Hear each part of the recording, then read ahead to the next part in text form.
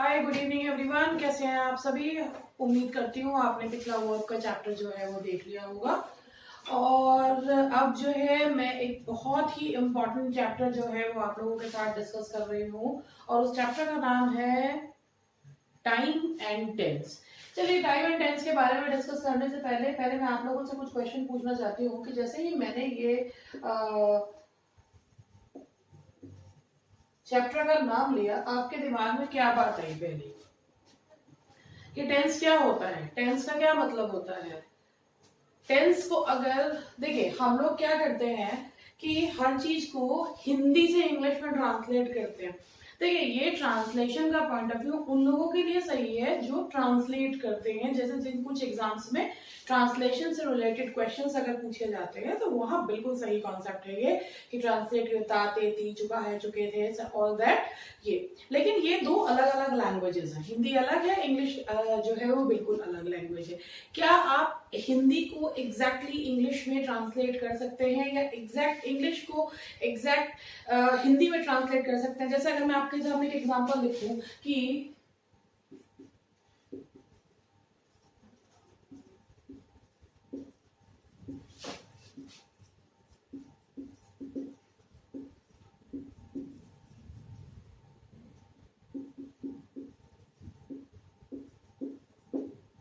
I'm afraid that we do not have rooms in our hotel. अब मैं इसको tense से रिलेट करके नहीं बता रही, मैं आपसे सिंपल एक पूछ रही हूँ, आप इसे ट्रांसलेट कीजिए। तो अगर आप इसमें आई एम अफ्रेड का क्या मतलब होता है? अफ्रेड मीन्स होता है कि डरा हुआ होना, कि मैं डरा हुआ हूँ कि मेरे होटल में रूम नहीं है। अरे भाई, तुम क्यों डरे हुए हो? अगर है तो सही है, नहीं है तो कोई बात नहीं।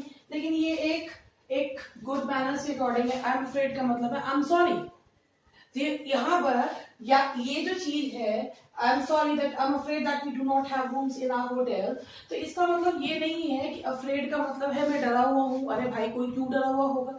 लेकिन यही चीज जो है वो सिखाई जा रही है कि तातेती का जब अंत होता है तो वो इंडेफिनेट टेंस है, था थे थी आ रहा है तो वो पास्ट इंडेफिनेट टेंस है, चुका है चुके हैं आ रहा है तो वो कंटिन्यू वो सॉरी परफेक्ट टेंस है। देखिए, इस तरीके से कभी भी आपको क्वेश्चन सॉल्व करने में और बेसिकली जो वन डे एग्जाम्स के क्वेश्चन सॉल्व करने में कभी भी हेल्प जो है वो नहीं मिल सकती है। इसीलिए मैं आप लोगों के लिए टाइम एंड टेंस, देखिए टाइम एंड टेंस का पहले मतलब समझिए। टाइम एंड टेंस का क्या मतलब होता है? टाइम का मतलब है सेकेंड्स, ईयर्स, मंथ्स, सेंचुरी, दिन, महीने, घंटे जो होते हैं वो जो उसे टाइम कहा जाता है।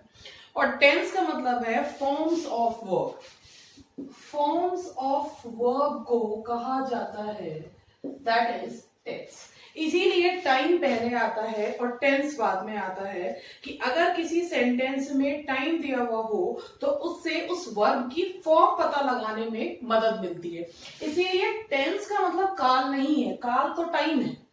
टाइम एंड टेंस मतलब कि tense is the form of verb and time कि उसमें अगर सेंटेंस में वो टाइम दिया हुआ हो तो आप कौन से वर्ब को उसमें यूज करेंगे। तो सबसे पहले हम लोग जो है पहले वर्ब की फॉर्म्स जो है वो समझ लेते हैं, जो मैंने आपको एक बार पिछले लेक्चर में भी समझाई थी। अब दोबारा से मैं आप लोगों को एक बता देती हूँ कि देखिए, वर्ब की फॉर्म्स में अगर हम लें तो मेन वर्ब्स हैं वर्ब की first V1, V2, V3, V4 यानी कि ING फॉर्म और V5 यानी कि S और ES वाली फॉर्म, जिसमें V1 और V5 को हम लोग एक साथ रखते हैं और V2 और V3 और V4 को अलग रखते हैं। और इसके बाद यहाँ पे हेल्पिंग वर्ब्स में है आपके to be, to do and to have, यानी कि is, are, am, was, were, do, does, did, has, have and had। ये आपके हेल्पिंग वर्ब्स हैं। इसके अलावा मॉडल्स भी होते हैं। तो आप इनके बारे में अब समझाती हुई मैं आप लोगों को इसके बारे में तो जो है टेंसेस को कैसे यूज करना है, क्या है, वो मैं आप लोगों को इसके बारे में बता रही हूँ। देखिए, अब सबसे पहले मैंने आपको बताया कि अगर टाइम दिया हुआ है तो उसके हिसाब से वर्ब की फॉर्म जो है वो चेंज होती है। आज हम लोग जो है वो टेंस में इंडेफिनेट टेंस के बारे में समझेंगे कि इंडेफिनेट टेंस होता क्या। ये बिल्कुल भी मैं तातेती से पढ़ाने वालों में से नहीं हूं, मैं आपको केवल कॉन्सेप्ट समझाऊंगी कि इंडेफिनेट टेंस है क्या। सबसे पहले इंडेफिनेट टेंस का जो प्रेजेंट का भाग है उसके बारे में हम समझेंगे कि इंडेफिनेट टेंस के प्रेजेंट के भाग का मीनिंग क्या होता है। देखिए, अगर कोई भी चीज समझनी है तो उसको समझने के लिए जो कॉन्सेप्ट आपने ये ट्रांसलेशन वाले समझ रखे हैं और जो not from the point of view of solving errors and sentence improvement, तो वो आप कॉन्सेप्ट को छोड़ दीजिए और थोड़ी सी खोपड़ी को खाली कीजिए, तभी जाके ये चीजें जो है वो समझ में आएंगी, अदरवाइज ये नहीं समझ में आ सकती है। देखिए, इंडेफिनेट टेंस में बना इसको इंडेफिनेट कहा जाता है, लेकिन इंडेफिनेट टेंस का क्या क्या बताता है इंडेफिनेट टेंस। देखिए, अगर मैंने यहाँ पे ये लिखा, इन दो सेंटेंसेस में आप मुझे बताइएगा दोनों में अंतर क्या है।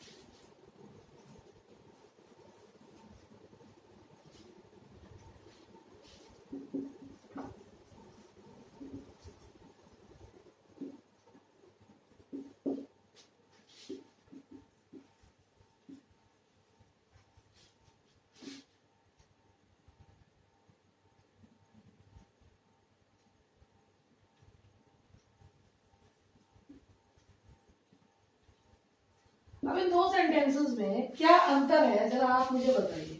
A tree stands in front of my house, a boy stands near my house, क्या फर्क है दोनों में। देखिए, अब अगर हम ये ताते ती से करेंगे तो फिर इसका मतलब है a tree stands in front of my house, एक मेरे घर के सामने एक पेड़ है, पेड़ खड़ा है। और boy stands near my house, मेरे घर के पास में एक लड़का खड़ा है। अब इन दोनों में से आप एक चीज देखिए, इन दोनों में जो आपके सब्जेक्ट्स हैं ट्री एंड बॉय, अब आप ये बताइए कि ट्री और बॉय जो इसमें ये है, अभी ताते ती वाला तो कहीं भी कॉन्सेप्ट नहीं आ रहा है। तो आप इस चीज को ये देखिए, a tree stands in front of my house का मतलब है कि मेरे घर के सामने एक पेड़ खड़ा है। ये जो इसका जो एक्शन है वो कैसा है, दैट इज परमानेंट। ट्री ये नहीं है कि अभी आज यहाँ पे खड़ा हुआ है कल को कहीं और जाके खड़ा हो जाएगा, वो चीज क्या है, दैट इज परमानेंट एक्शन। अब परमानेंट एक्शन है तो इंडेफिनिट टेंस जो है वो चीज क्या बताता है, that will tell permanent action. ठीक है जी, पहली चीज परमानेंट। अब ये वाला बताइए, अब boy stands near my house, एक लड़का मेरे घर के पास खड़ा है, तो क्या उस लड़के के अंदर से जड़ें निकल आएंगी, क्या वो जो है वो वहीं खड़ा रहेगा, नहीं, क्योंकि ये एक्शन कैसा है, that is not at all permanent action. हाँ, कि अगर आप इसमें ये बताते इसका हैबिचुअल एक्शन बताते, अब boy usually stands near my house तो ठीक था, लेकिन इसमें ऐसा कोई शब्द नहीं आ रहा है। अब boy stands near my house तो अगर आप बोलते हैं कि खड़ा होता है, तो जो है यहाँ पर एक बॉय स्टैंड्स है, यहाँ से कहीं तक भी ये नहीं पता चल रहा है कि ये एक्शन जो है ये परमानेंट एक्शन है, कहीं से कहीं तक भी ये जो है यूनिवर्सल ट्रुथ नहीं बता रहा है। तो ये चीज क्या है, ये एक टेम्परेरी एक्शन है, और टेम्परेरी एक्शन कभी भी किसमें नहीं बनता है, इंडेफिनिट टेंस में जो है वो कभी भी नहीं बनाया जाता। चलिए आगे बढ़ते हैं। अब इंडेफिनिट टेंस के बारे में समझिए कि इंडेफिनिट, प्रेजेंट इंडेफिनिट की तो जो फॉर्म्स होती हैं वो आपकी बेस फॉर्म एंड वर्ब की एस और ईएस यानी कि फिफ्थ फॉर्म। जो बेस फॉर्म है दैट इज प्लूरल, ये प्लूरल मानी जाती है, और वर्ब की जो एस और ईएस वाली फॉर्म है दैट इज टर्म्ड सिंगुलर। अब ये प्लूरल सिंगुलर को याद रखने का तरीका याद रखिएगा, अगर आपके सब्जेक्ट में, अगर आपका सब्जेक्ट ही, शी, इट वगैरह है, तो वर्ब की कौन सी फॉर्म लगेगी, एस और ईएस वाली। इसके अलावा अगर आपके सब्जेक्ट प्लूरल है, आई, वी, यू, दे हैं, तो आपकी फॉर्म लगेगी वर्ब की फर्स्ट फॉर्म लगेगी। इसे याद रखने का एक तरीका ये भी है कि आप याद रखें कि जिस वर्ब में एस और ई एस लगे उसको वो अपने आप बोलता है एस स्टैंड्स फॉर सिंगुलर। ठीक है जी, जिस वर्ब में एस लग जाए वो कैसा हो जाता है? सिंगुलर। जिस सब्जेक्ट में एस लग जाए वो हो जाता है प्लूरल। जिस वर्ब में एस लग जाए वो कैसा हो जाता है? सिंगुलर। अब यही सेम चीज है जितने भी जो वर्ब्स है, चाहे वो हेल्पिंग वर्ब है, चाहे वो आपके जो है मेन वर्ब है, जिनके अंत में एस लग रहा है वो सारे क्या होते हैं? They are termed singular. जिन वर्ब में एस एंड में आ रहा है वो सिंगुलर माने जाते हैं। देखिए अब इसके बाद मैं आपको कुछ एग्जांपल्स की मदद से जो है वो बताती हूं कि क्या जो है इसके एग्जाम्पल। देखिए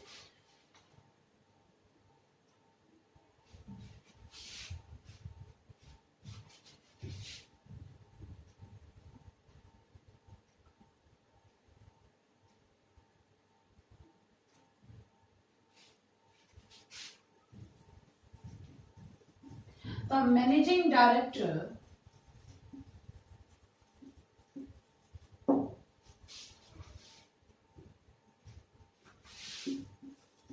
is meeting the customers on the 15th of every month। अब आप जरा ये क्वेश्चन देखिए, the managing director is meeting the customers on the 15th of every month। देखिए पहली चीज देखिए, यहां पर आ रहा है every month. Indefinite tense, present indefinite tense, मैंने आपको एक चीज बताई थी जो इससे एग्जांपल दिया था, परमानेंट एक्शन बताता है, इसके अलावा एक बताता है एक हैबिचुअल एक्शन बताता है। हैबिचुअल एक्शन का मतलब है usually, always, every month, sometimes, never, seldom. अगर ये वर्ड्स आ रहे हैं तो वो चीज आपकी क्या बताती है? एक हैबिट बताती है। और अगर हैबिट बताने वाला वर्ड अगर है तो वो चीज किस में हो जाएगी? That will be in present indefinite tense. जो इसका स्ट्रक्चर होता है ये होता है सब्जेक्ट प्लस वर्ब की फर्स्ट या एस और ईएस वाली फॉर्म प्लस ऑब्जेक्ट। तो मैंने आपको पहले ही बताया था कि अगर सब्जेक्ट प्लूरल हो तो वर्ब की फर्स्ट फॉर्म और सब्जेक्ट सिंगुलर हो तो वर्ब की एस और ईएस वाली फॉर्म लगती है। पहले यहाँ पे आप ये देखिए कि यहाँ पर आपका सब्जेक्ट है managing director, that is singular. अब इस meeting the customers on the 15th of every month, ये क्या है? ये रेगुलर हैबिचुअल एक्शन है, एक रेगुलर एक्शन है, इसीलिए यहां पर हम जो है क्या यूज करेंगे? एक हैबिचुअल, एक रेगुलर रिकरेंट एक्शन है, तो इसके लिए हम क्या यूज करेंगे?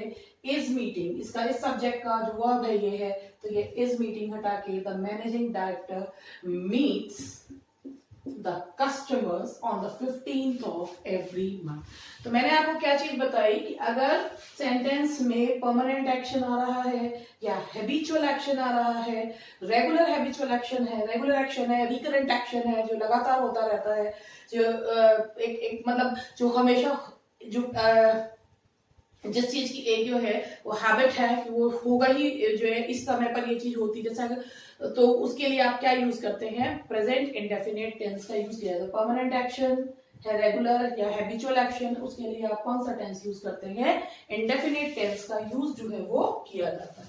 चलिए आगे बढ़ते हैं। अब एक ये क्वेश्चन देखिए,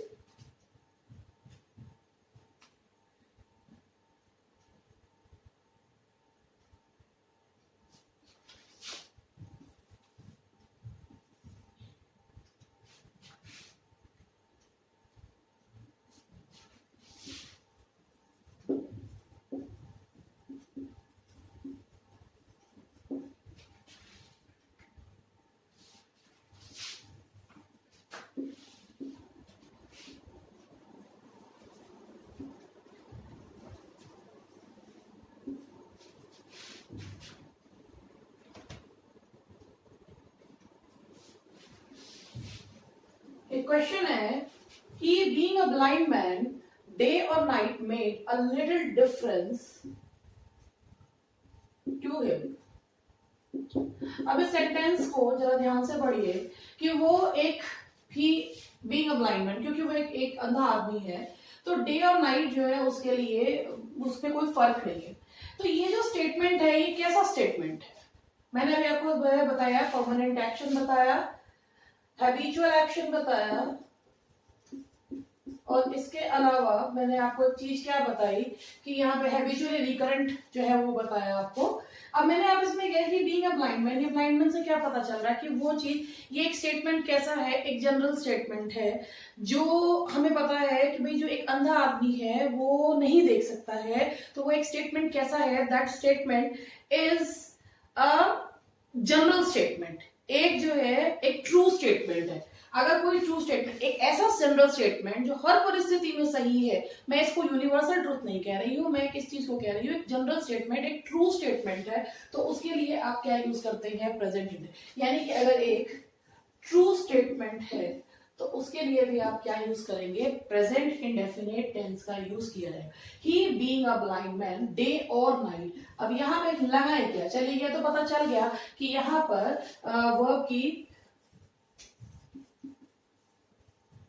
फर्स्ट या फिफ्थ फॉर्म यूज होनी है, मगर कौन सी यूज होगी? देखिए, अगर सब्जेक्ट के बीच में एंड आता तो वो माने जाते प्लूरल, लेकिन आ रहा है और आता है, तो इसमें क्या होता है कि जब भी कभी दो सब्जेक्ट्स जो है वो इधर और, नीदर नॉर या और से जोड़े जाते हैं, तो आप बताइए क्या होगा? तो जो बाद वाला सब्जेक्ट होता है उसके अकॉर्डिंग वर्ब लगाया जाता है, और ये जो नाइट है ये सिंगुलर है, तो इसलिए यहां पर क्या आएगा, मेक्स का यूज जो है वो किया जाएगा। अब इसी तरीके से एक और एग्जांपल देखिए,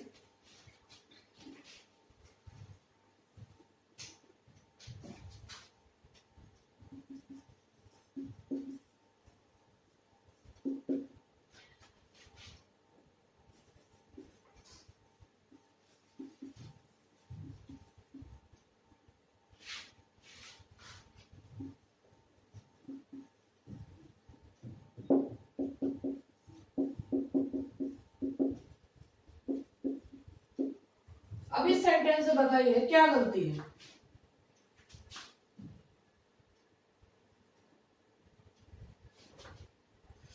देखिए, सोक्रेटिस सेट, ये सेट जो है ये पास्ट टेंस है, वो आपकी V2, वो आपकी फॉर्म है, सेकंड फॉर्म।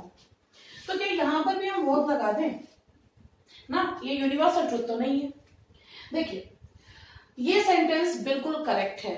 इस सेंटेंस का करेक्ट होने का रीजन ये है कि अगर किसी व्यक्ति का कोई कथन है, किसी एक नॉन पर्सनैलिटी का जो एक कथन है जो सत्य है, तो उसके लिए मैं ये नहीं कहूंगी यूनिवर्सल ट्रूथ है, लेकिन अगर किसी का कोई स्टेटमेंट है जो ट्रू स्टेटमेंट है, तो उसके लिए जो है एक व्यक्ति ने वो प्रूव नहीं किया जा सकता, लेकिन किसी व्यक्ति का एक कथन है जो कि कुछ परिस्थितियों में, अधिकतर परिस्थिति, कुछ नहीं अधिकतर परिस्थितियों में सत्य है, एक जनरल स्टेटमेंट है, एक ट्रू स्टेटमेंट है, तो उसके लिए भी क्या यूज किया जाता है, प्रेजेंट इंडेफिनिट टेंस का यूज जो है वो किया जाता है।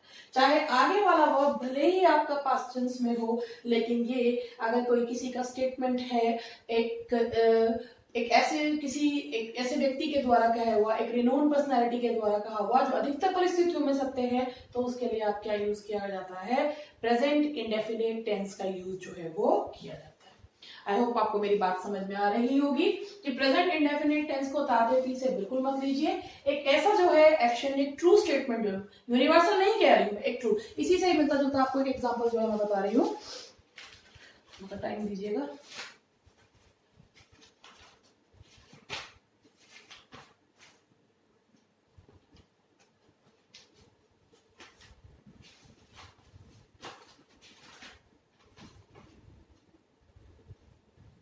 देखिए, क्वेश्चन है,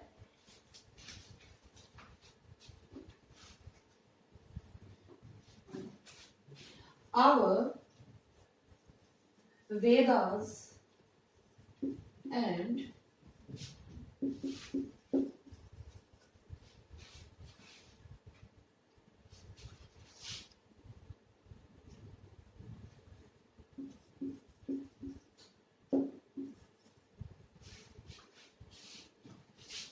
asked us to tread the path of honesty.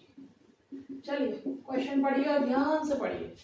हमारा पहला सब्जेक्ट पहले हमारा सब्जेक्ट देखते हैं। सब्जेक्ट क्या है हमारा? Are Vedas and Upanishad. और नहीं लगा है, क्या लगा है? एंड प्लूरल, आपका प्लूरल सब्जेक्ट है। Asked us to tread the path of honesty.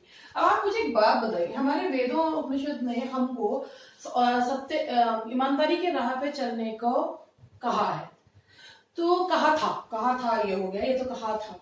तो क्या ये कहा था, क्या ये चीज आज के समय में सही नहीं है? क्या ये एक ट्रू स्टेटमेंट नहीं है? क्या ये वेद और उपनिषद जिनकी हम बात कर रहे हैं, ये अधिकतर परिस्थितियों में होने वाले सही ट्रू स्टेटमेंट्स नहीं है? क्या ये जनरल स्टेटमेंट नहीं है? है, बिल्कुल जनरल स्टेटमेंट है। यूनिवर्सल ट्रूथ मैं नहीं कहूंगी, लेकिन ये एक ट्रू स्टेटमेंट है। और ट्रू स्टेटमेंट के लिए आप क्या यूज करते हैं? Present indefinite. तो ये किसी भी परिस्थिति में यूज हो तो वो किस में यूज हो जाता है? The verb will either be in first form or in the fifth form. तो चूंकि हमारा सब्जेक्ट प्लूरल है तो हम यहाँ पे क्या लगाएंगे? ask. Our Vedas and Upanishads ask us to tread the path of honesty. तो मैंने आपको जो इंडेफिनिट टेंस के बारे में बताया कि इंडेफिनिट टेंस में क्या यूज होता है। सबसे पहले मैंने आप लोगों को बताया कि जो परमानेंट एक्टिविटी है उसके लिए यूज किया जाता है। जो जनरल ट्रूथ है, हैबिचुअल एक्शन है, रिकरेंट एक्शन है, उसके लिए यूज किया जाता है। इसके अलावा जो चीज जो है एक ट्रू स्टेटमेंट है उसके लिए क्या यूज किया जाता है? आपका प्रेजेंट इंडेफिनिट टेंस। अब आगे लेते हैं।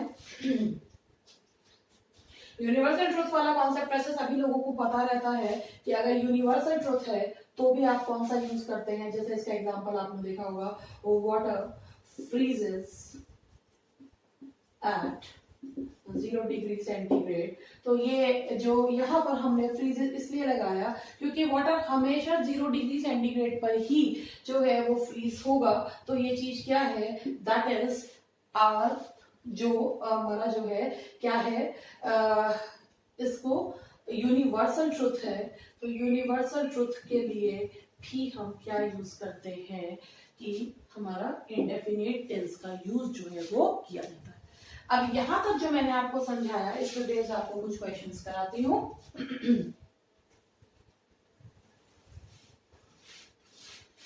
देखिए, अगर प्रेजेंट इंडेफिनिट टेंस को नेगेटिव बनाना हो तो do does plus not plus V1 लगाते हैं। यहाँ पर ये जब भी ये वाले ऑक्सिलरी वर्ब्स आते हैं तो वर्ब की बेस फॉर्म जो है वो यूज की जाती है। तो इसीलिए इसमें यहाँ पे ये यूज करेंगे। जैसे अब मैं आपको एग्जांपल दे रही हूँ,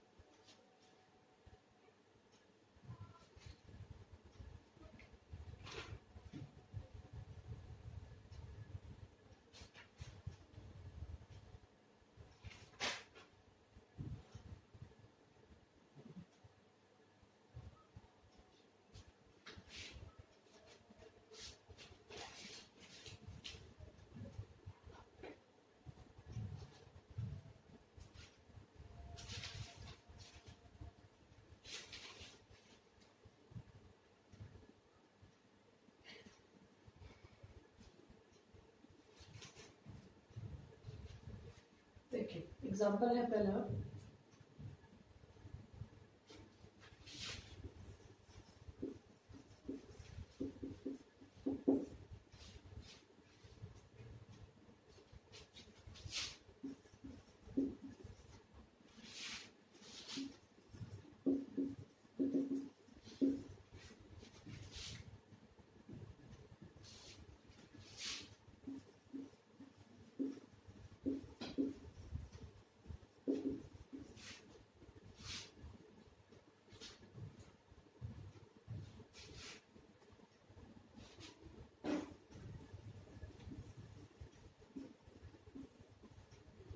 our new TV set come with a 90-day warranty on all electrical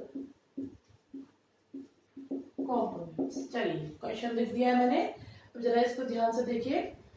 ये क्वेश्चन जो है यहाँ पर देखिए, यहाँ पर our new TV set come with a 90-day warranty on all electrical components। तो आप यहाँ पे क्या है, हमारा जो सब्जेक्ट है वो कैसा है, that is singular।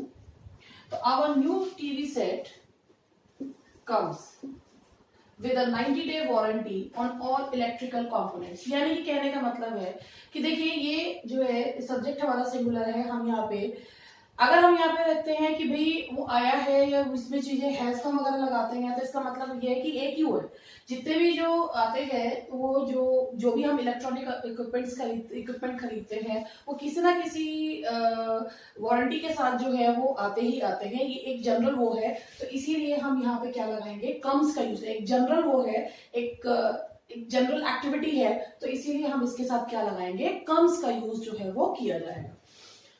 चलिए अब मैं आपको इसके बारे में थोड़ा सा और बताती हूँ।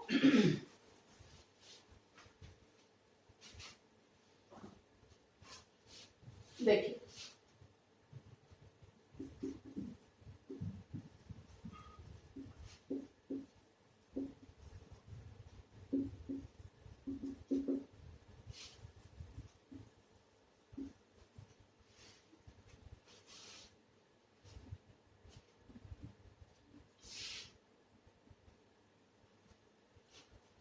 अगर ये वर्ड्स, ये कंजंक्शन है, अगर ये वर्ड्स आ रहे हैं आपके सेंटेंस में, यानी कि ये दो सेंटेंसेस को जोड़ने का काम करेंगे, तो जो ये वाला जो ये जहां पर ये वाला पार्ट है, इनके बाद हमेशा इंडेफिनिट टेंस का यूज जो है वो करते हैं, चाहे आपका टेंस कुछ भी नहीं। जैसे अगर मैंने यहाँ पे एक सेंटेंस लिखा, when I will reach Delhi, I will call you। अब सेंटेंस का सेंस क्या निकालना है कि जब मैं दिल्ली पहुंचूंगी तो मैं तुम्हें कॉल करूंगी। अभी ये ट्रांसलेशन वॉइस तो या हिंदी के हिसाब से देखें तो बिल्कुल सही लग रहा है, लेकिन अगर आप इस चीज को देखें तो यहाँ पर ये हमारा जो कंजंक्शन है, हम ये से भी लिखें, I will call you when I reach Delhi.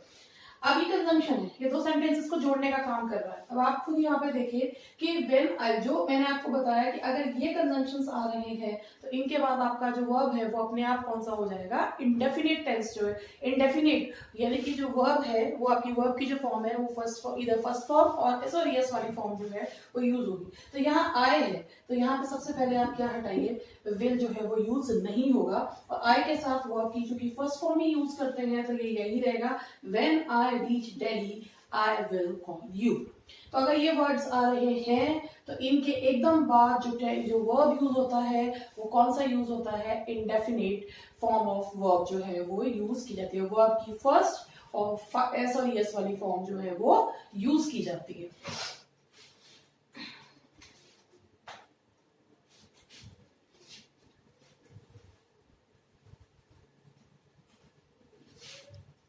चलिए मुझे लगता है कुछ चीजें जो हैं वो आपको इसमें समझ में आई होंगी। मैं कुछ और एग्जांपल्स जो हैं वो आप लोगों को दे रही हूँ। थोड़ा सा जो है वो एग्जांपल्स मुझे देखने पड़ रहे हैं, याद नहीं है मुझे, तो मैं आप लोगों को एग्जांपल्स बता रही हूँ। देखिए चलिए पहला एग्जांपल मैं आप लोगों को, मैं आपको कुछ एग्जांपल्स दे रही हूँ, आप लोग जरा से इनको सॉल्व कीजिएगा। देखिए पहला एग्जांपल है, the rules of chess require that one person made one move at a time। चलिए जी बताइए क्या गड़बड़ है इसमें। पहले आप एक सेंटेंस को देखें, इसमें दो सेंटेंसेस हैं, दो क्लॉजेस जो हैं उसमें, इसमें ए नाउन क्लॉज है, the rules of chess require what. That one person made one move at a time, यानी कि दो सेंटेंसेस है और दोनों सेंटेंसेस में जो है वो फाइनाइट वर्ब जो है वो आ रहा है, तो इसीलिए ये जो है ये क्लॉज जो है ये आपका कौन सा माना जाएगा, नाउन क्लॉज। मतलब जब जो व्हाट का जवाब दे वर्ब के बाद पूछने में तो वो नाउन क्लॉज माना जाता है। तो अब ये देखिए द रूल्स ऑफ चेस, अब आपका सब्जेक्ट, पहले सेंटेंस का सब्जेक्ट आपका क्या है, द रूल्स ऑफ चेस, यानी कि ये आपका सब्जेक्ट कैसा है, प्लूरल सब्जेक्ट है, तो आप इसमें रूल्स ऑफ चेस, अब यहाँ पर रिक्वायर बिल्कुल सही लिखा है क्योंकि रूल्स की बात की जा रही है, सब्जेक्ट इज प्लूरल, तो आप यहाँ पे रिक्वायर ही यूज करोगे। आगे बढ़ते हैं, one person made one move at a time, move का मतलब होता है चाल चलना। अब एक बात बताइए, जो रूल्स है चेस के वो कैसे हैं, एक ट्रू स्टेटमेंट है, एक जनरल स्टेटमेंट है, तो इसीलिए उसमें क्या है कि वहां पर ये है कि भाई जनरल स्टेटमेंट है जो ये कह रहा है कि भाई रूल्स ऑफ चेस में क्या होता है, एक व्यक्ति एक बार में एक ही चाल चल सकता है, तो ये चीज क्या है, one person, that the subject is singular. अब यहाँ पे मेड बिल्कुल नहीं आएगा क्योंकि करता था थोड़ी है, ये यहाँ पे चीज को ये पास में थोड़ी हो गई है, ये चीज क्या है, ये एक जनरल स्टेटमेंट है दैट इज ट्रू, और जो है इसीलिए इसके यहाँ पे आप क्या करा जाएगा, one person makes one move at a time, that is ये आपका क्वेश्चन। ये आपके जो सेंटेंस है ये आपका the rules of chess require that one person makes one move at a time, तो इसमें यहाँ पर इस वाले का वर्ब बिल्कुल करेक्ट था, लेकिन इस वाले वर्ब में गड़बड़ थी, इसीलिए यहाँ पर हमने जो है इसको ठीक किया है। चलिए आगे बढ़ते हैं। अब ये देखिए, इसको मैं यहाँ पे कह रही हूँ तो आप अपने आप करिएगा।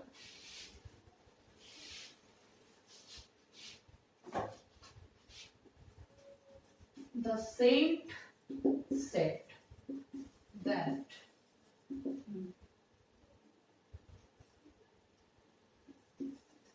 poverty was a, चलिए बताइए क्या गड़बड़। अब एक सेंटेंस ये पढ़िए कि भाई said लिखा हुआ है पास्ट टेंस है, तो यहाँ पर भी पास्ट टेंस का बिल्कुल सही है, लेकिन अगर आप एक ध्यान रखिए, the saint said that, saint ने कहा that poverty was a curse। एक बात बताइए कि गरीबी एक अभिशाप था, आज क्या वरदान बन गया है क्या?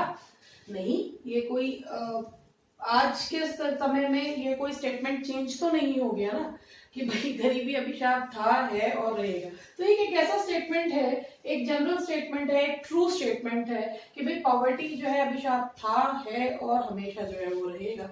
तो यहाँ पर कभी भी हम वॉज का यूज नहीं कर सकते, भले ही ये चीज पास्ट टेंस में हो या क्या कहेंगे, दैट पॉवर्टी इज अ कर्स। क्योंकि अगर हमारा, मैंने आपको जो इससे पहले वाला जो है वो जो वर्ब वाला जो चैप्टर आपको समझाया उसमें मैंने ये बताया है कि जब मेन वर्ब नहीं होता है तो हेल्पिंग वर्ब भी किसका काम करते हैं, मेन वर्ब का काम करते हैं, जिससे मैंने आपको बताया था कि इज आर एम के बाद क्या आता है, या तो एडजेक्टिव आता है या एक नाउन का यूज जो है वो किया जाता है। तो ये वाला आप कॉन्सेप्ट जो है उसमें से देख के समझ सकते हैं।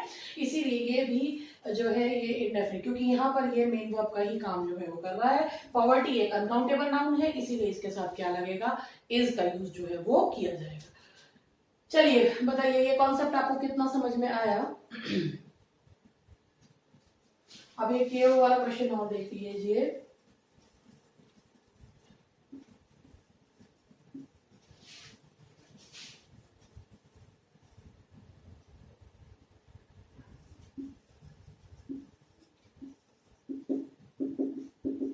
Every day we usually had lunch at 1 PM।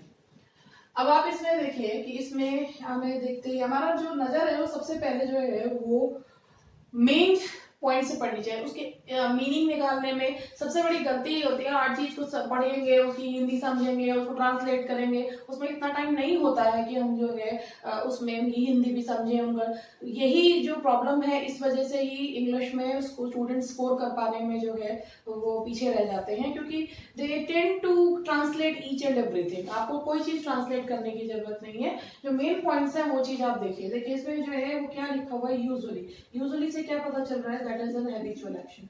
और हैबिचुअल एक्शन है और एवरीडे है, यानी कि रोज जो है वो पास्ट का भी नहीं है। हम रोज अक्सर लंच जो है वो यूजुअली जो है वो 1 बजे कर लेते हैं। तो ये हमारा एक्शन कैसा है कि ये करते थे नहीं, कर लेते हैं। ये एक हमारा एक्शन है एवरीडे, यानी कि हमारा हैबिचुअल एक्शन है, रोज है। ऐसा तो नहीं है पहले खाते थे अब नहीं खाते हैं, तो जो है खाना खाना ही छोड़ दिया है, तो वो चीज क्या है, दैट इज हैबिचुअल एक्शन। तो हैबिचुअल, अब वी जो है वो आपका सब्जेक्ट कैसा है, दैट इज प्लूरल सब्जेक्ट। तो प्लूरल सब्जेक्ट के लिए अगर आपको लगाना है तो आपकी जो वर्ब की जो फर्स्ट फॉर्म है वो क्या है, दैट इज हैव।